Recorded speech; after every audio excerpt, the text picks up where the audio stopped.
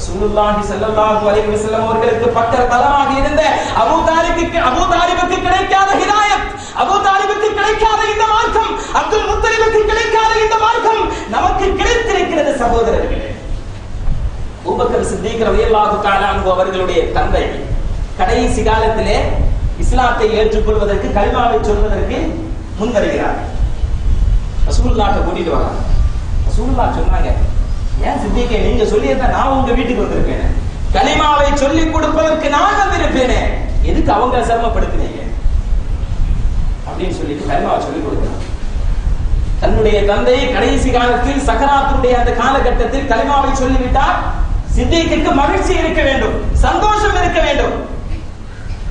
Abu Bakr Siddique ரலியல்லாஹு தஆலா அன்ஹு அவர்கள் கண்களிலிருந்து கண்ணீர் வருது. ரசூலுல்லாஹ் கேட்டாங்க, ஏன் சித்திகே அழுறீங்க, ஏன் சித்திக் அழுகிறீங்க? எப்படிப்பட்ட சித்திக்?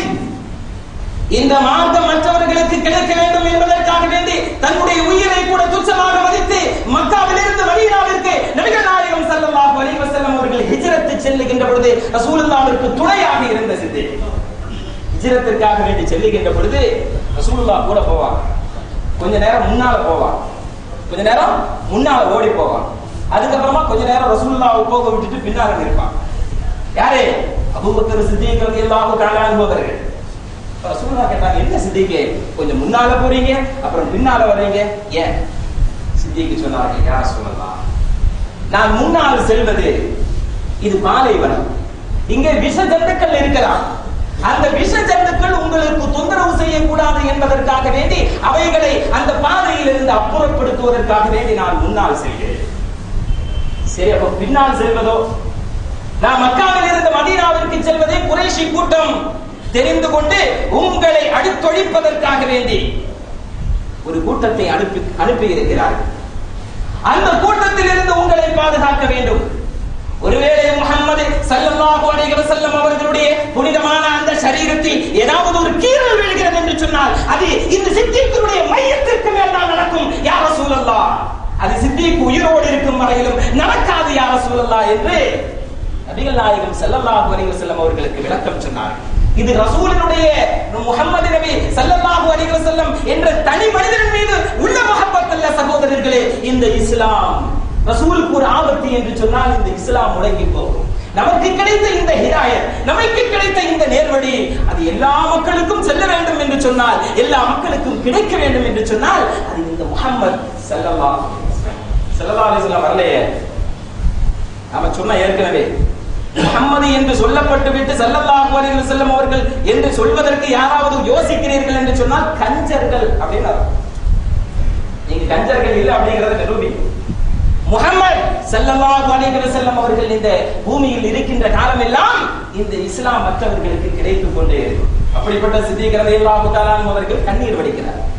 என்ன சித்திக், உங்க வாப்பாவுக்கு ஹிதாயத் கிடைச்சிருக்குது, நீங்க ஏன் கண்ணீர் வடிக்கிறீங்க? சந்தோஷப்படுங்க. யா ரசூலல்லாஹ், உங்களுடைய எல்லா பணிகளிலும் பங்குதாரியாக இருந்த என்னுடைய தந்தைக்கு இஸ்லாம் கிடைத்தது.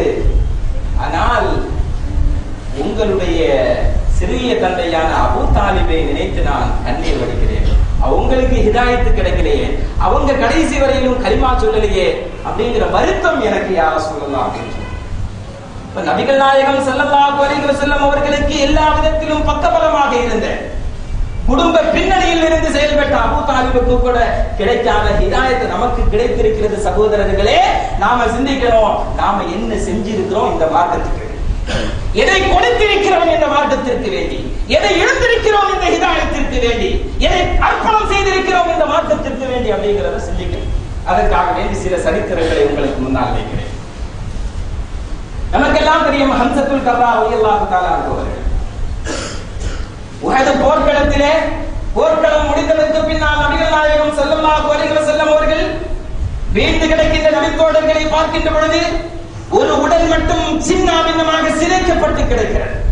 அது யாருடைய உடல் என்று பார்க்கின்ற பொழுது ஹம்ஸத்துல் கர்ரா ரலியல்லாஹு தஆலா அன்ஹு அவர்களுடைய புனிதமான அந்த உடல். இதற்கு காரணம் சில அறிவிப்புகளிலே, அதாவது வரலாறு சொல்லக்கூடிய அறிவிப்பாளர்கள் அறிவிக்கிறார்கள், ஹம்ஸத்துல் கர்ரா ரலியல்லாஹு தஆலா அன்ஹு அவர்கள் உஹது போர்க்களத்திற்கு செல்வதற்கு முன்னால் துஆ செய்தார்கள். நிறைய சஹாபிகள் அப்படி துஆ செய்திருக்கிறார்கள். போர்க்களத்திற்கு செல்வதற்கு பின்னால், யா அல்லாஹ், இந்த மார்க்கம் இந்த மண்ணிலே நிலைப்படுத்தப்பட வேண்டும் என்பதற்காக வேண்டி நாங்கள் இந்த போர்க்களத்திலே ஷஹீதாக்கப்பட வேண்டும், அல்லது நிறைய எதிரிகளை நாங்கள் கொள்ள வேண்டும் என்று நிறைய சஹாபிகள் துஆ செய்திருக்கிறார்கள். அப்படி துஆ செய்கின்ற பொழுது ஹம்ஸத்துல் கர்ரா ரலியல்லாஹு தஆலா அன்ஹு அவர்கள் இப்படி துஆ செய்தார்களா, யா அல்லாஹ், எனக்கு இந்த மார்க்கத்தை நீ வழங்கினாய். ஹம்ஸத்துல் கர்ரா ரலியல்லாஹு தஆலா அன்ஹு அவர்கள் எப்படி இஸ்லாத்தை ஏற்றுக்கொண்டார்கள் அப்படிங்கிறது ஒரு நீண்ட சரித்திரம். ரசூலுல்லாஹி ஸல்லல்லாஹு அலைஹி வஸல்லம் அவர்கள் ஏகத்துவ பிரச்சாரத்தை மக்காவில் இருந்து ஆரம்பிக்கின்ற பொழுது மக்காவாசிகள் நபிகள் நாயகம் ஸல்லல்லாஹு அலைஹி வஸல்லம் அவர்களை தாக்குகிறார்கள். அவர்களோடு இருந்த சின்ன சிறிய அந்த கூட்டத்தை தாக்குகிறார்கள். ஹம்ஸத்துல் கர்ரா ரசூலுல்லாஹி ஸல்லல்லாஹு அலைஹி வஸல்லம் அவர்களுடைய சிறிய தந்தை. இப்போ அவங்க இல்ல, ஊர்ல இல்ல, வெளியூருக்கு போயிட்டு வர்றாங்க. வியாபார விஷயமாக வெளியூருக்கு போயிட்டு வர்றாங்க. வந்த உடனே சொல்றாங்க, இந்த மாதிரி முஹம்மது ஸல்லல்லாஹு அலைஹி வஸல்லம் தாக்கப்பட்டாங்க. ஹம்ஸா முஸ்லிம் ஆகல. உடனே உருவிய வாளை கொண்டு நேராக காபத்துல்லாஹ்விற்கு வருகிறார். யாரா அடித்தது என்னுடைய மகனை? ஹம்ஸா கேட்கிறார், யார் அடித்தது என்னுடைய மகனை? என்னுடைய மகன் முஹம்மதை அடிப்பதற்கு, தாக்குவதற்கு, பேசுவதற்கு இந்த மக்காவில் யாருக்காவது தைரியம் இருக்கும் என்று சொன்னார், இதோ ஹம்ஸா நிற்கிறேன், என்னோடு வாருங்கள், என்னோடு மோதிவிட்டு என்னுடைய மகனிடத்திலே மோதுங்கள் அப்படின்னு ஒரு சிறிய தந்தை என்ற முறையிலே வந்து அங்கே இருக்கக்கூடிய அபூஜஹல் மிகப்பெரிய தலைவர். ஆனா ஹம்ஸாவுக்கு ஆத்திரம், ரசூலுல்லாஹ் தாக்கிட்டார், ஓங்கி அடிக்கிறார். பின்னே சமாதானப்படுத்துகிறார்கள். அப்ப கேட்கிறாங்க, ஹம்ஸா உனக்கு என்ன வந்துச்சு, உனக்கு என்ன வந்துச்சு? முகமது புதுசா ஒரு கொள்கையை பத்தி சொல்லிட்டு இருக்கிறாரு, அவரை தாக்குறோம், அவரை பேசுறோம், உனக்கு என்ன வந்துச்சு அப்படின்னு சொன்ன உடனே ஹம்ஸா ஆவேசத்துல ஆத்திரத்துல சொல்றாரு, நானும் அந்த மார்க்கத்துல தான் இருக்கிறேன், வா என்ன அடி. முகம்மது ஏகத்துவத்தை சொல்கிறார் அப்படிங்கிறதுனால தான் முகம்மது அடிக்கிற ஸல்லல்லாஹு அலைஹி வஸல்லம். அப்படின்னா ஹம்ஸா, இந்த ஹம்ஸாவும் அந்த முகம்மதுடைய மார்க்கத்தை ஏற்றுக்கொண்டு விட்டார். அந்த முகம்மது எந்த ஏக இறைவனை வணங்க வேண்டும் என்று சொல்கிறாரோ அந்த இறைவனை இந்த ஹம்ஸாவும் ஏற்றுக்கொண்டு விட்டார். தைரியம் இருந்தால் என்னோட மோதிப்பார் என்று கேட்கிறார். இப்பதான் அவர் இஸ்லாத்துக்கு வந்தார். அல்ஹம்துலில்லாஹ், நம்மை விட இஸ்லாத்தில் மிகப்பெரிய தியாகத்தை ஹம்ஸத்துல் கர்ரா ரலியல்லாஹு தஆலா அவர்கள் செய்திருக்கிறார். நாம இஸ்லாத்தை பத்தி நிறைய பேசுறோம், நிறைய ஆர்கியூ பண்றோம், நிறைய விஷயங்களை பத்தி ஆராயிரோம். ஆனா மார்க்கத்துக்கு என்ன செஞ்சோம்? இதுவரையிலும் 60 வயதுடையவர்கள், 50 வயதுடையவர்கள், 20 வயதுடையவர்கள் நாம சிந்திக்கணும், இந்த மார்க்கத்திற்கு இவ்வளவு காலம் வாழ்ந்தமே, அல்லாஹ் நமக்கு இந்த ஹிதாயத்தை கொடுத்திருக்கிறானே, நாம என்ன செஞ்சோம் இந்த மார்க்கத்துக்கு? சிந்திக்க வேண்டும் சகோதரர்களே. ஹம்ஸா துஆ, யா அல்லாஹ், எனக்கு வழங்கப்பட்ட இந்த மார்க்கம் மற்றவர்களுக்கு கிடைக்க வேண்டும். அதற்காக வேண்டி நான் என்னுடைய உறுப்புகளை தியாகம் செய்வதற்கு தயாராக இருக்கிறேன்.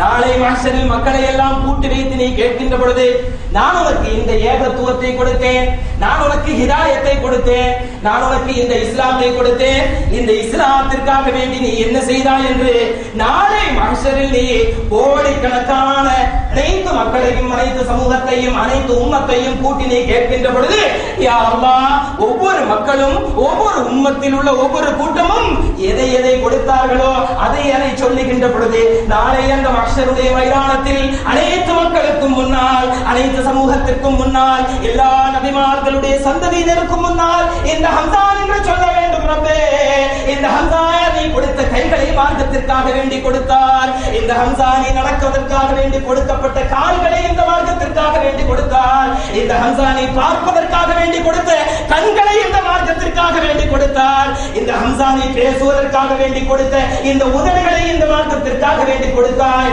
இந்த ஹம்ஸா நீ சிந்திப்பதற்காக வேண்டி கொடுத்த இந்த மூளையை இந்த மார்க்கத்திற்காக வேண்டி கொடுத்தார், இந்த ஹம்ஸா நீ நல்லதையோ கெட்டதையோ என்று சொல்லக்கூடிய இந்த ஆத்மா இருக்கிறதே, ஆன்மா, அந்த ஈரலை கூட இந்த மார்க்கத்திற்காக வேண்டி கொடுத்தார் என்று நாளை மஹ்ஷரில் அனைத்து மக்களும் தாங்கள் கொடுத்தவைகளை எல்லாம் சொல்லுகின்ற பொழுது இந்த ஹம்ஸா மட்டும் நெஞ்சை நிமிர்த்தி சொல்ல வேண்டும், ரப்பே, அப்படிப்பட்ட தௌஃபீக்கை எனக்கு தர வேண்டும் ரப்பே என்று ஹம்ஸத்துல் கர்ரா ரலியல்லாஹு தஆலா அன்ஹு அவர்கள் உஹது போர்க்களத்திற்கு முன்னால் துஆ செய்துவிட்டு உஹது போர்க்களத்திற்கு செல்கிறார்கள். நமக்கெல்லாம் சரித்திரம் தெரியும். ஹிந்தா என்ற பெண்மணி வஹ்ஷியை ஏவி எனக்கு ஹம்ஸாவினுடைய மண்டை ஓட்ட வேண்டும், வஹ்ஷி வஹ்ஷி, எனக்கு ஹம்சாவினுடைய மண்டை ஓடு வேண்டும் வஹ்ஷி. என்னுடைய கணவரை கொலை செய்ததற்காக வேண்டி, என்னுடைய குடும்பத்தை பதிலே அடித்ததற்காக வேண்டி அந்த ஹம்சாவினுடைய மண்டை ஓட்டில் நான் மது அருந்த வேண்டும் வஹ்ஷி என்று ஹிந்தா என்ற பெண்மணி குறிப்பிட்டு வஹ்ஷியை ஏற்படுத்தி ஹம்ஸத்துல் கர்ரார் ரலியல்லாஹு தஆலா அன்ஹு அவர்கள் துஆ செய்ததை போன்று நபியுனா முஹம்மது ஸல்லல்லாஹு அலைஹி வஸல்லம் அவர்கள் உஹதுடைய போர்க்களம் முடிந்ததற்கு பின்னால் சிதைக்கப்பட்ட ஹம்ஸா ரலியல்லாஹு தஆலா அன்ஹு அவர்களுடைய அந்த ஜனாசாவை பார்க்கின்ற பொழுது கை வெட்டப்பட்டிருக்கிறது மக்களே, கால் வெட்டப்பட்டிருக்கிறது மக்களே, கண்கள் குத்தி எடுக்கப்பட்டிருக்கிறது மக்களே, காதுகள் அறுக்கப்பட்டிருக்கிறது மக்களே, உதடுகள் அறுக்கப்பட்டிருக்கிறது மக்களே, அவர்களுடைய மண்டையில் பிளந்து மண்டை ஓடு எடுக்கப்பட்டிருக்கிறது மக்களே. ஒரு கையில் மண்டை ஓட்டில் மதுவும், மறு கையில் ஹம்சாவினுடைய மூளையையும் வைத்து, இன்னொரு கையில் ஹம்சாவினுடைய ஈர கொலையையும் வைத்து கடித்து துப்பினார் ஹிந்தா என்ற பெண்மணி என்பதை சரித்திரத்திலே படிக்கின்ற எனதருமை முஸ்லிம்களே, நாம் இந்த மார்க்கத்திற்காக வேண்டி என்ன கொடுத்தோம் என்று ஒரு நிமிடம் சிந்தித்து பாருங்கள்.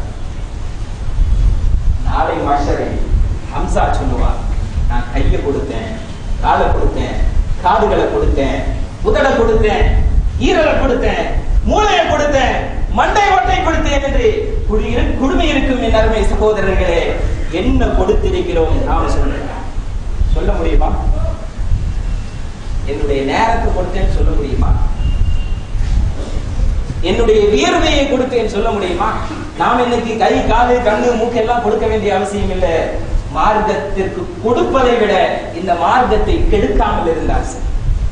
மார்க்கத்துக்கு நம்ம கொடுத்திருக்கிறோம் அப்படிங்கிறதை விட இந்த மார்க்கத்தை எந்த அளவு கெடுத்திருக்கிறோம் என்பதை இந்த சமூகம் சிந்தித்து பார்க்க வேண்டும் சகோதரர்.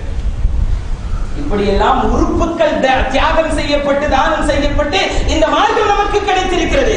சும்மா சொல்லல அஷ்ஹது அல்லா இலாஹ இல்லல்லாஹ் வ அஷ்ஹது அன்ன முஹம்மதுர் ரசூலுல்லாஹ் அப்படிங்கிற இந்த கலிமாவை நாம உச்சரிக்கணும்னு சொன்னா இங்கே ஹம்சாவின் உறுப்புகள் அர்ப்பணிக்கிறது. நாளைக்கு ஹம்சா சொல்லுவாரா, மாஷாஅல்லாஹ் நான் இதையெல்லாம் கொடுத்த இந்த மார்க்கத்திற்காக வேண்டி நான் என்ன சொல்ல போகிறேன் சகோதரர்களே, இந்த மார்க்கத்திற்காக வேண்டி கொடுத்தேன் என்று சொல்வதற்கு என்னிடத்திலே என்ன இருக்கிறது, என்ன கொடுத்திருக்கிறேன் நான்?